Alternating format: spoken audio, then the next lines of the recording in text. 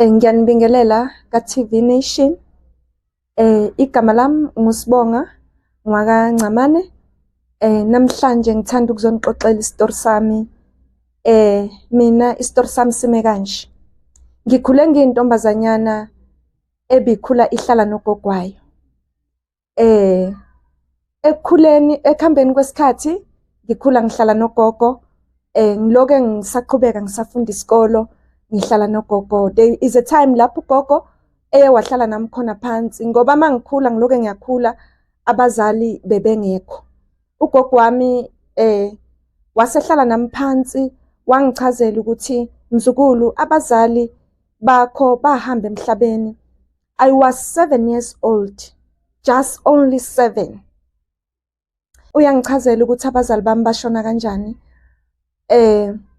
Ugogo ungichazelile ukuthi umama wami wayesebenza endaweni zasemaplazini. Kwafika isikhathi lapho umama wagula khona. Wagula umama walala phansi. Ngalendlela yokuthi wazanywa wayiswa ezibhedlela, akukho la umama wami angazange ayiswe khona, kepha azange kuze kulunge. Wow, it was so painful ukuthi ngizwe indaba ezifana nalezo. Ugogo uthe mayiqhubeka ngixoxela ngase ngiyambuza ngathi, gogo ubaba wami yena? Ugogo wangixoxela wangitshela wathi ubaba wakho yena mntanami wathola ingozi yemoto, wayekade esuka emsebenzini elibangise ngapha ekhaya ezobona nina bazukulu. Ubaba wakho wathola i-accident endleleni. Wow, zivele zehla inyembezi. Ngihluleke nokuyibamba. Ugogo makangitshela. Wangibamba ugogo, wangisondeza eduze kwakhe, wangithulisa. Ngaqhubeka ngafunda isikolo, sahlala nogogo. Kwafika isikhathi ngajwayela ukuthi abazali abekho. So bengiyintombazanyana ebiphila ngokutheza, njengoba nazi ukuthi ugogo wami bekahola ipension, la ekhaya siphila ngepension. Bengumuntu ohambayo ayotheza izinkuni. Besiphila bekuphileka, and bengiloke ngiqhubeka ngifunda isikolo. Kuthe lapho sengizofika emabangeni aphezulu, ibanga lami ugrade 11 wami, nakho lapha sengihlangana nensizwa igama layo okwakuSiphamandla. Sayiqhuba into yethu noSiphamandla. Kwacaca ukuthi ngize ngiyaqeda umatric wami, lokho sisonke noSiphamandla, kodwa bengiloke ngisahlala ekhaya. Kwathola ukuthi uSiphamandla bekuyinsizwa ebizama. uSiphamandla bekuyile nsizwa le bikhona ukuthi mayithanda umuntu wesifazane bikhona ukumpesha. Bezama ngayo yonke indlela. To whereby kuye kwafika lapho uSiphamandla wabhala incwadi ukuthi nginikeze ugogo wami. Ngamnikeza ugogo wami incwadi. Saqhubeka noSiphamandla, lokho ngiyafunda ngaze ngaqeda isikolo. Lokho ngihlala ekhaya nogogo wami, siyabonana noSiphamandla. Kwafika isikhathi lapho ukuthi uSiphamandla weza kugogo wami wazothumela abantu bafike bakhipha lokho abakukhiphayo. Saqhubeka noSiphamandla. Kwaze kwafika ekuthenini mina noSiphamandla siba nomntwana singakashadi. Kodwa ngokuthi uSiphamandla bekuwumuntu obeneqiniso, uye waqhubeka wenza kahle kubazali bami. Sithe sisesenomntwana kanjalo uSiphamandla waqhubeka walikhipha ilobolo. Lapho bese sesinendodana igama layo bekuSamkelo. Kwafika isikhathi lapho sashada nobaba kaSamkelo. Kwabamnandi, impilo iyaqhubeka. Nami sengikhonile ukuthi ngakhe ekhaya bese kubukeka. Sengikhonile ukuthi nguvuse umuzi loke ngisesekhaya.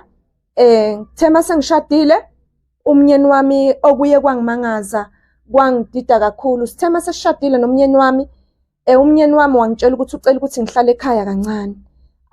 Ngokuthi umnyeni wami bekuwumuntu bengimazi ukuthi bekuyindoda ebineqiniso. Ngiye ngamlalela, azange ngifuna ukuthi ngimbuze kakhulu imibuzo.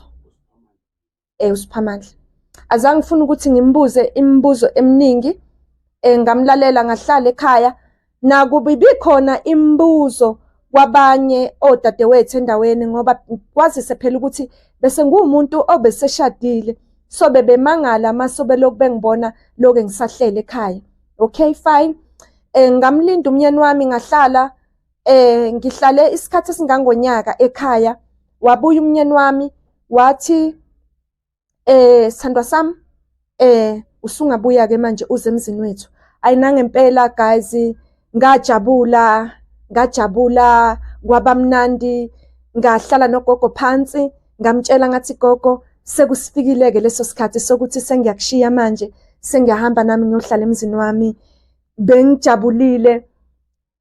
Bengijabule ngale ndlela, angazi ukuthi bengathini, bengijabulile ukuthi nami sengiyohlala emzini wami. Kwazise phela khumbula ukuthi esikhathini esisemuva impilo ibinzima, bekungekho lula, kodwa ngokubekezela nangokwamukela isimo, azange ngikhethe ukuthi ngibaleke ekhaya, kepha ngaqhubeka ngahlala sayiphila impilo nogogo wami, ngamhlonipha ugogo wami, ngase-ke ngiyavuna iy'thelo ezaba zinhle. Hayi, sahamba nomyeni wami, sahlala, ngafica umyeni wami sekawakhile umuzi muhle, sahlala kwabamnandi, kwaba ikhaya elifudumele, sihleli nomntwana wethu.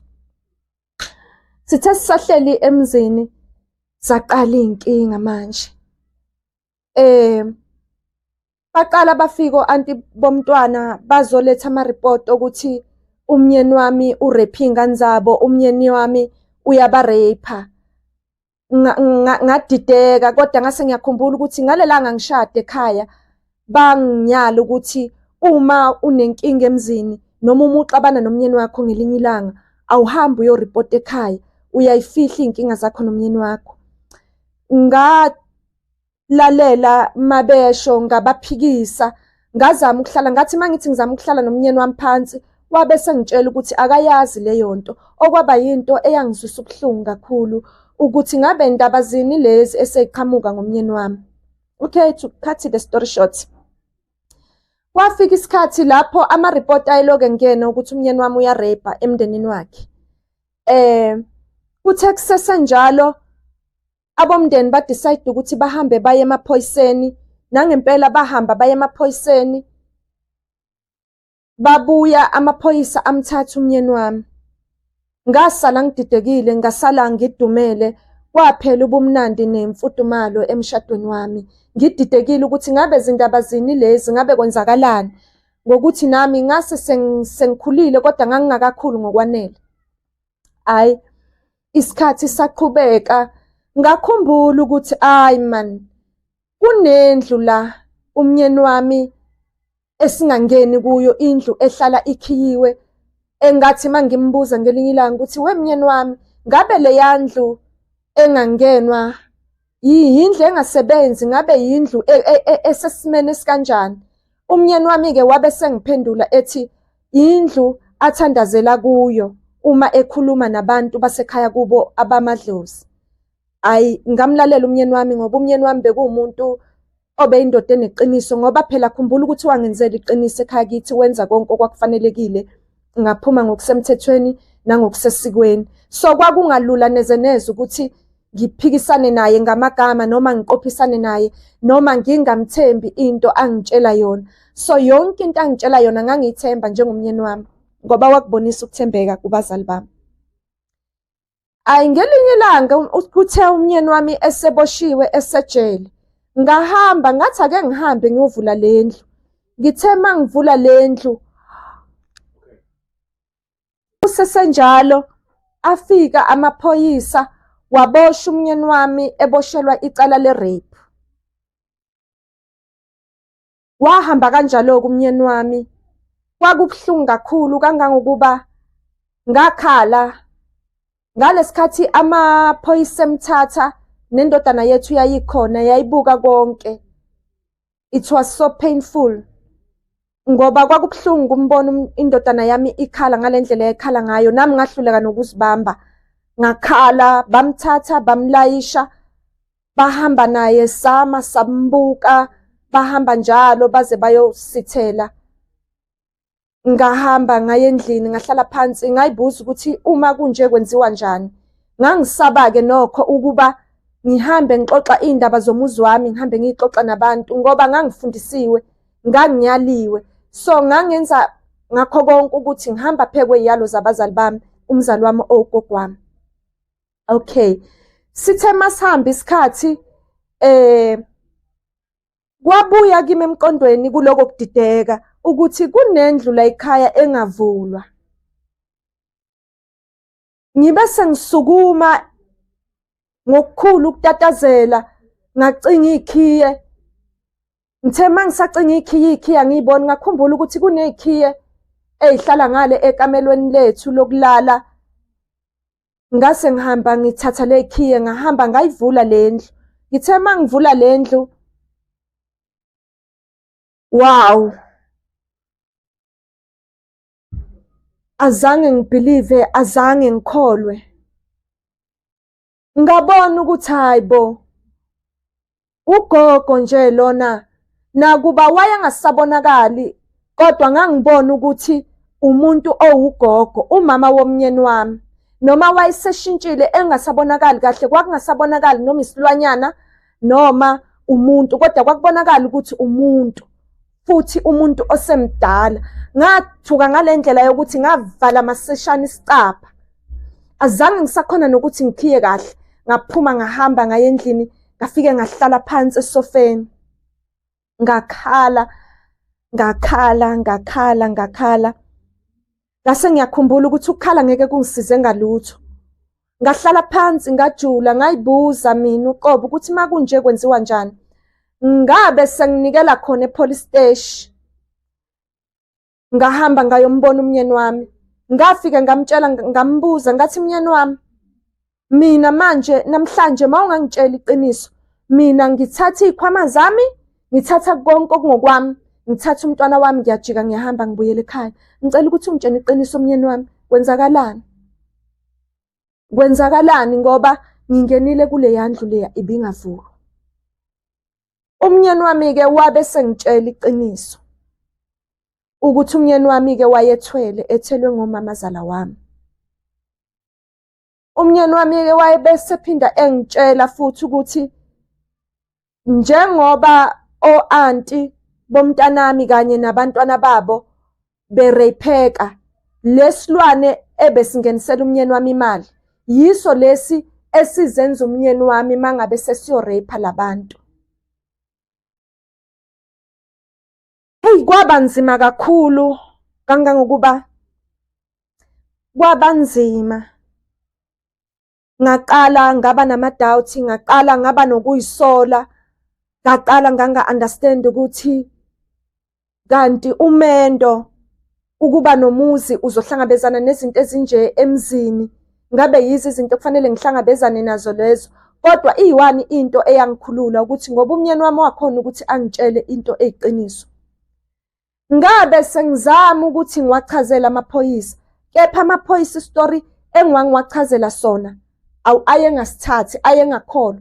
Ngabatshela ukuthi cha, umnyeni wami uthwele. So uma ethwele kanjalo, isilwane lesi athwale ngaso isona lesi esiyiphendula sizenze yena esidlwengulayo. Empelweni akusumnyeni wami odlwengulayo, ngoba amaphoyisa ayekholelwa ekuthenini umnyeni wami kunamaphoyisa enza nawo idili ukuthi amkhiphe ayoqhubeka nokwenza lo mkhuba wakhe aphinde abuye. Kwahamba isikhathi ngiloke ngi-attenda kwaze kwafika isikhathi lapho umnyeni wami egwetshwa khona. Kodwa okwakuyisimanga kakhulu, ama-case ayeloke eqhubekile ngena. Beza bezongiripotela ukuthi umnyeni wami usaqhubeka uyaripha. Ngibuza ukuthi kanjani ngoba lowo muntu akekho, uboshiwe. Okwakungenza ngidideke kakhulu,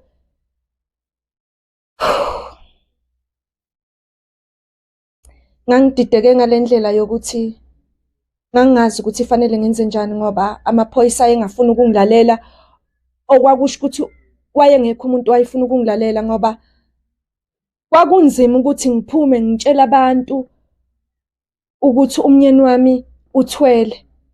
Kwaleyo nto iyodwa yayingisinda. Ngazama ukuthi ngipakishe izikhwama, ngathatha umntwana sahamba sayovakashela ugogo wami. Kodwa masifika ekhaya kugogo, ugogo wami azange ngimtshele lutho. Ngavele nje nga-actor ngazathi sizovakasha as usual, sizombona ugogo. Safika savakasha, ngathi mangisahleli kwaba khona into ethi kuzokusiza ngani ukuthi ubaleke emzini. Ngabona ukuthi ngeke kungisiza ukubalekela iy'nkinga zomuzi wami.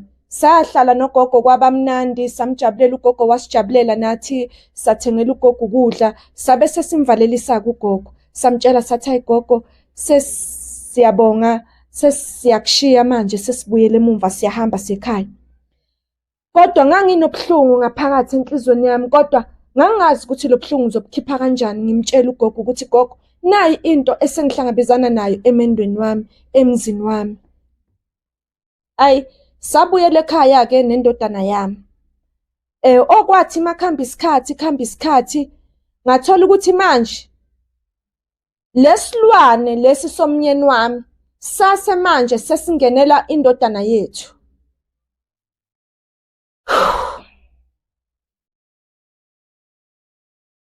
Umntwana kwakuthi makufanele avuke aye esikolweni, ngithi ngiyamvusa as usual. Umntwana angitshela ukuthi mama ngikhathele. Ngithi hawu, ukhathazwe yini? Athi mama ngikhathele. Ubone ukuthi umntwana akekho right. Niyazi ukuthi umntwana uma umzali uyamazi. Ngaqale ngangakunaki lokho. Umntwana uma yengitshela ethi ukhathele, hhayi ngamgezisa umntwana njengenjwayelo. Umntwana ngamhambisa esikolweni. Njalo umntwana sekuyajwayeleka ukuthi umntwana angitshele ukuthi ukhathele. Ngenxa yokuthi kwakukuningi engqondweni kimi, kwazise phela. Khumbula ukuthi uma unganaye nomuntu wokuxoxa naye, yonke into uyithwalele, ngoba nganginethemba lokuthi uma ngilibika emaphoyiseni udaba lwami, maybe udaba lami luzozwakala, ngoba ngangingeve ngisaba ukuthatha iy'ndaba zomuzi wami ngiyixoxe nomuntu o-strange. Kanti kwakunogogo wakamakhelwane owayebona yonke i-movement yami eyayenzeka. So lo gogo wayethi mayengibuka wayengizwela, ngoba kwakugogo wayengazi. So wakhona ukubona ukuthi angikho esimeni esi-right. Saqhubeka isikhathi sahamba. Ngelinye ilanga ngithe mangibuya ukuyolanda umntwana esikolweni, kusho ukuthi ngangidrayiva-ke ngaleso sikhathi. Umnyeni wami wayesengenzelile ilayisensi, senginemoto yami, wangithengela nemoto yami. Kusho ukuthi nje iy'moto egcekeni zazikhona impela, zazintathu. Kwakweyami, umnyeni wami wayeney'moto ezi-2. Ngokuthi-ke wayenginikezile igunya nemvumo njengonkosikazi wakhe ukuthi ngivumelekile ukuthi any cars ngingayidrayiva. So ngahamba-ke ngayolanda umntwana esikolweni as usual. So sithe ngelinye ilanga ngibuye uyolanda umntwana esikolweni, sathola ugogo wakamakhelwane ehleli ngaphandle. Wabe sengicela, wathi ndodakazi, ngambingelela as usual. Ngangimbiza ngomama wami ngoba ngangithi mangimbuka ngangibona umama wami, kwazise ukuthi ngangumuntu owayekhulisa ugogo, owayenganabo abazali. So naye ngangithi mangimbona ngangibona umama wami. Wayebe sengicela ugogo wakamakhelwane, wathi ndodakazi ngiyakucela. Ngathi yebo mama. Wathi sawubona ndodakazi? Ngathi yebo mama. Wathi ndodakazi, uma ngabe awukho busy bengicela usondele kancane. Ngathi yebo mama, ngizoza. Ngabe sengingena endlini ngayenzela umntwana ukudla ngokukhulu ukushesha. Umntwana wahlala phansi, ngamtshela umntwana ukuthi ngiyabuya, makadle, ngisahamba ngiya kugogo. Umntwana wathi okay mama, ngahamba ngaya kugogo. Ugogo wabe sengibuza ugogo wakamakhelwane, wathi ndodakazi, ngikubona ngathi awukho right kule nsuku, uyaphithizela, uyangena uyaphuma, ngabe kwenzakalani mntanami, right? Kulapho engabe sengithola khona ukukhululeka. Ngase sengihlala nogogo phansi ngimchazela udaba lwami. Wakhuza wababaza, umuntu omdala wabamba ikhanda, wamangala, wathuka, wathi mntanami ngabe uthini na kimi? Ngathi yebo gogo, kunjalo. Ugogo kwabe sekufika inyembezi, ngahluleka ukuyibamba.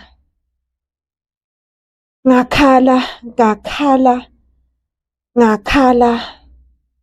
Wangibamba ugogo, wangilalisa kuye. Wathi thula ndodakazi, kuzondlula. Ngambuza ngathi, mama, makunjena kwenziwa njani? Ngambuza ngathi, mama, indlela enjena ihanjwa kanjani?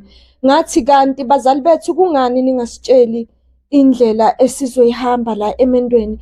Ngoba kunye nisitshelile nathi masibekezele noma sisazohlangabezana nezinto, nasitshela izinto esizohlangabezana nazo emendweni, nasitshela ukuthi umnyeni akabuzwa uma ehambile ukuthi ubuyaphi, nasitshela ukuthi umnyeni akabuzwa uma engalalanga ekhaya, nasitshela ukuthi umnyeni uma ebuya ekuseni kumele ngimenzele amanzi, ngimenzele ukudla, kumele ngitatazele. Kodwa mama, bazali, azange nisitshele ukuthi makunjena senza njani. Ugogo wabheka phansi, washalazela, nami ngabheka phansi. Wathule isikhashanyana eside, wathuleka nje, kwangathi akukho muntu. Kuthe kusesenjalo kwabe ingane ingimemeza, indodana yami, kwazise phela ukuthi bengishiye idla. Wabe sengibiza ngathi, mama, ngizobuye ngikubone. Saliqeda kanjalo udaba lwethu nogogo, sasingakaqedi. Ngabe sengiphazamiswa ingane, sahamba indodana yami sangena endlini, safika sahlala phansi. Ngithe ngisahleli sorry. Kwabe sekungena ucingo ngokukhulu ukuphuthuma, ngabizwa epolice station. Ngabe sengiphuthuma ngithatha ingane, sangena emotweni, saphuthuma sahamba saya epolice station. Mangifika epolice station, bafike bathi angikhuluma iqiniso, ngabe kwenzakalani ngomnyeni wami, ngoba bathola ukuthi umnyeni wami usaqhubeka usarape. Basho nokusho ukuthi uma ngingakhuluma iqiniso bazongibopha. Ngakhala, ngathwala izandla ekhanda, ngababuza ukuthi kanjani, uma nithi nangibopha ngizoyenze njani lengane, ngoba mina ngizamile ukuthi ngize kini nginichazele udaba lami njengoba linjalo, kodwa anikwazanga ukufuna ukungilalela. Azange ninginike isikhathi sokuthi ningilalele njengabantu bomthetho. Ngase ngizama ukubabekela udaba lwami ukuthi udaba lwami lume kanjani. Ngabachazela ukuthi umyeni wami wathwala. Babe sebengibuza ukuthi nginesiqiniseko esingakanani salokho. Ngase ngabazama ukubachazela ukuthi cha, kwafika isikhathi ngahamba ngayovula endlini eyayingavulwa, indlu engangakaze nami ngiyingene. Ngathi uma ngivula kulendlu ngathola ugogo nami engingamazi. Ugogo wayebukeka njengesilwane. Nami-ke ngase ngikhuluma njengokudina, ngabatshela ukuthi hhayi, nami ngivule indlu ebingahlali muntu. Ngathola ugogo omdala owaye njengesilwane. Ngabe sengifikelwa yinyembezi ngikhala ngoba lento engangiyibone lapha yayinzima kakhulu, yayingenza nokuthi ngingalali ebusuku. Kwakunzima nokuthi ngidle. Ngase ngibona nokuthi ngase ngiyi-weak, ngangingasakhoni nokukhopha. Ngangithi noma ngihleli, indodana yami yayihlala ingibuze, ithi, mama, right? Mami, everything is okay? Ngithi, is okay boy. Kodwa ngangizizwa ukuthi angikho okay, ngangingekho right. Kodwa nesizathu sokuthi ngase ngikhulumile nogogo kancane, kwabe sekubuya emqondweni wami ukuthi uma ngisuka ebantwini bomthetho, uma bengangilalelanga ngalelo langa, ngoba ngabatshela sonke istory engangike ngabatshela sona before, abangafuni ukungilalela. Babe sebethi kimi angihambe, bazophinde bangifonele futhi, basazama ukuphenya ngale ndaba yomnyeni wami, basaqhubeka basaphenya ngale ndaba yomnyeni wami, ngoba bathi bona bangizwa lento engibatshela yona, bathi bona bayizwa lento engibatshela yona. Ngaphindela endlini ngangididekile, ngangibambe ongenzansi, ngingazazi indaba zami, ngingazazi nokuthi ngubani. Ngathi uma ngijika emumva, ngabe sengithola ingozi yemoto khona lapho ngiphume epolice station. Ngathola ingozi yemoto, ngashayisana neveni. Nhlanhla leyo ngazama ukuthi ngiyibambe imoto, sathintana nje. Nakuba yalimala-ke imoto eyayihamba ubaba othile. Lo baba owathi mayehla emotweni, owathi mayengibheka, angazi, or ngizothi kwakuyinhlanhla or ngizothi kwakuwumusa. or uNkulunkulu wayehamba nami kuyo yonke le journey, ngoba ubaba wathi mayedilika emotweni weza kimi ngokukhulu ukuyithoba.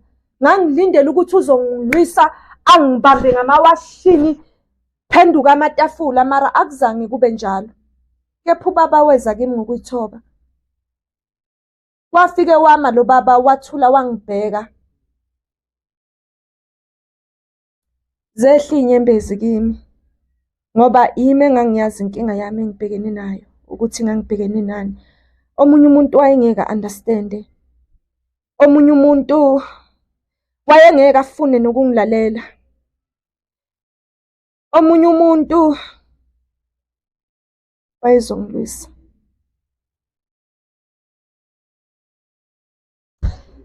Kepha lela mkhulu, ngicela ukuthi noma ngabe ukuphi la ekhona, mangabe uyangizwa, ngicela ukuthi inkosi imbeke. Ngiyafisa ukuthi mina naye siphinde sihlangane futhi. Ngifisa ukuthi ngizobonga kuwe mkhulu, ngikubona. Kukhona engifisa ukukwenza kuwe mkhulu. Indlela owenza ngayo isimo, omunye umuntu wayengeke afune nokuthi ngimchazele, kodwa wena waba ubaba kimi. Wadlala indima yokuba umzali. Yebo imoto yakho yayilimele, kodwa ukulimala kwemoto wakuthatha wakubeka eceleni. Wase uyakhumbula ukuthi imoto ilimaze umuntu. Wakhumbula ukuthi nawe umuntu namaphutha. Mkhulu la ukhona, ngiyacela ukuthi uma uyibona le video, ngiyafisa ukuthi siphinde sibonane mkhulu wami. Ngathi mangiqeda ukumlandisa umkhulu istory, zazehla inyembezi, ngangihluleka nokuyibamba. Wabe sengibamba umkhulu wangingenisa emotweni, wangena naye emotweni. Wathatha imoto yakhe wayibeka eceleni. Ngangilindele ukuthi uzobiza amaphoyisa, kodwa umkhulu azange azakwenze lokho. Wangithatha wahamba nami. Wakhetha ukuthi akudrive yena ngoba wayebona ukuthi angikho esimene esiright, wayebona ukuthi angikho right. Nangempela sahamba saya endlini. Ingane yami ngangiyibona ukuthi ngathi siqala ukubona manje ngoba ngaso sonke isikhathi ngangihlala ngipretenda as if ngumuntu oright kuyona, mara ngalela langa ngaluza icontrol kangangokuthi ngabona ukuthi manje lento ngathi sizolimaza umntwana manje. Nangempela umkhulu wahamba wasihambisa endlini, wafike wangibeka endlini. Azange akhuluma into eziningi. Wafike nje wasingenisa ngaphakathi ejardini. Wathi indodakazi yami, wangibamba ngesandla sakungixhawula. Wathi indodakazi, ngicela ukuthi uqine. Wathi ngiyabona kuningi. Wathi ngicela ukuthi uqine. Wathi amagama engikushiya nawo ngicela ukuthi uqine. Wathi ngiyakubona ukuthi umfazi. Wathi ngiyakubona ukuthi usesemncane. Wathi kuningi. Wathi ubufazi abukhulelwa. Wathi ngicela ukuthi uqine. Wabe sehamba lo baba, ngangimbona ukuthi naye akekho right, uyathuthumela, uyasaba indlela angibona ngiyiyona. Wabe sekuphoqa ukuthi nami njengomfazi fanele ukuthi ngiqine. Hayi, ngazama ukuyiqinisa. Kwahamba isikhathi ke ngangiloke ngi-attenda inkantolo loke ehlehliswa icala lomnyeni wami.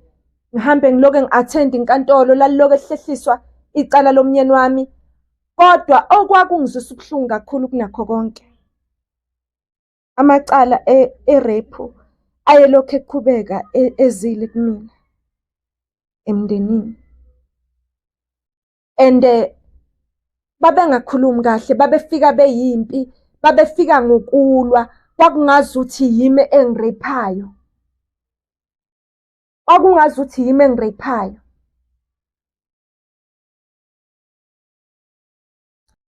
Sinjalo-ke isitori sami, ngizophinde futhi ngibuye nomunye part 2 okwanamhlanje isitori sami siphelela lapho.